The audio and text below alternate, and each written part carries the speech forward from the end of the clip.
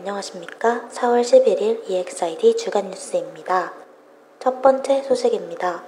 EXID가 4월 11일 컴백했습니다.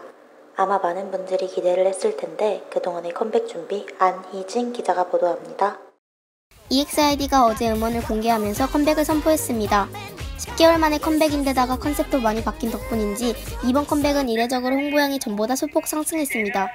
수속사는 티저, V앱, 각종 예능, 심지어 몇백만원어치의 지하철 광고까지 진행하면서 그 어느 때보다 홍보에 열을 올렸습니다. 우여곡절도 있었습니다. 7일 저녁에 공개된 새 앨범 메이킹 필름에 낮보다는 밤을 배경음악으로 사용해 타이틀곡 1절이 2시간 동안 그대로 유출되기도 했습니다. 재작년 핫핑크 당시에도 비슷한 일이 벌어졌는데 후에 소속사는 포털 사이트의 실수였다며 해당 영상을 내렸습니다. 8일 아침엔 TV에서 뮤직비디오가 약 20초간 여과 없이 공개되기도 했습니다. 이렇게 잇따라 일어난 해프닝이 소속사의 실수의 연발인지 아니면 팬들의 기대를 미리 듣기를 올리려는 고도의 심리전이었는지 지켜볼 필요가 있겠습니다. 혜린이 어린이 안희진 기자입니다. 다음 소식입니다. EXID가 음원 차트 100위 진입에 성공하면서 향후 음원 순위 여부가 관심사로 떠오르고 있습니다. 앞으로 우리 음원의 행보를 안희진 기자가 짚어보았습니다. EXID는 컴백 첫날 25위 안으로 음원 차트 진입에 성공하면서 승승장구했습니다. 컴백 1, 2주 전 음원 순위는 25위부터 40위 정도로 예상되었는데 현실은 예상을 뛰어넘은 경이로운 수치였습니다. 문제는 순위 유지입니다. 다운 총공이나 다른 팬덤의 도움을 받아 순위권 진입을 한다고 해도 낙폭이 크면 순위권 이탈을 피할 수 없습니다. 컴백이 지나고 나서 다시 순위권에 들어오는 게 역주행이 아닌 이상 매우 힘들기 때문입니다. 올해 다른 그룹도 진입을 30위에서 50위까지 하는 것에는 성공했지만 며칠 못 가 순위권 밖으로 나간 경우가 대다수입니다. 하지만 이번 주에 유희열의 스케치북과 다음 주에 주간 아이돌이 방송되면 음원 성적 유지가 더욱 수월할 것이라고 전문가들은 말합니다.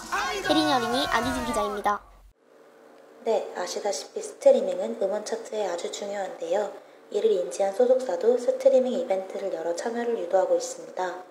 하지만 이건 협정 위반이라는 주장이 있는데요. 안희진 기자가 보도합니다.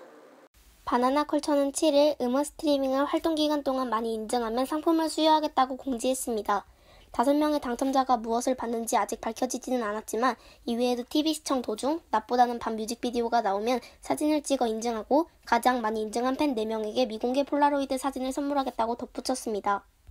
하지만 이 이벤트 공지는 하루 전날 미리 유출되었고 많은 팬들의 비난을 샀습니다. 작년 8월 31일에 배포된 제2차 면담 결과에 따르면 소속사는 게릴라 같은 긴급성 이벤트나 스트리밍 이벤트 같이 노동력을 요구하는 이벤트는 지난 1차 면담부터 개최하지 않을 추세라고 밝혔습니다. 7달 만에 결정을 번복한 셈입니다. 해당 면담이 공식 계약서가 아니고 상황이 바뀌었을 수도 있지만 팬과 소속사 대표가 만나서 몇 시간 동안 얘기한 사항을 그냥 바꾼 점에 대해선 비난을 피하기 어려워 보입니다.